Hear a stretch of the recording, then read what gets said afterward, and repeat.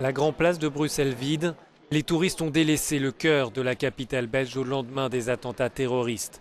La fréquentation a diminué de 50% depuis le 22 mars, une situation catastrophique pour une ville qui s'appuie fortement sur son secteur touristique, comme l'explique Patrick Bontink, le directeur de l'agence bruxelloise du tourisme.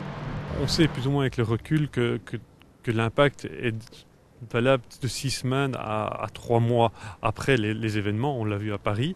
Le tourisme dans sa globalité, sur Bruxelles uniquement, c'est 50 000 emplois, c'est près de 10% du PIB, donc c'est beaucoup.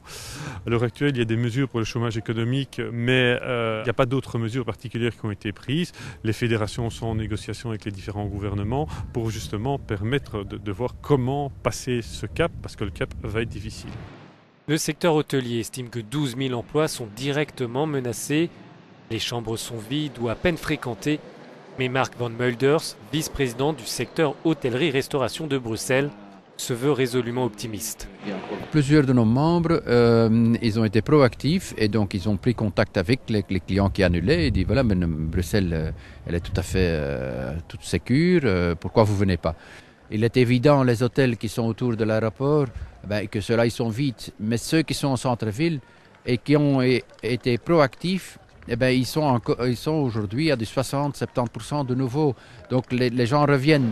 Les professionnels attendent surtout avec impatience la réouverture de l'aéroport, en partie détruit par les attaques terroristes. Pour le secteur, c'est en effet la principale porte d'entrée des touristes vers Bruxelles.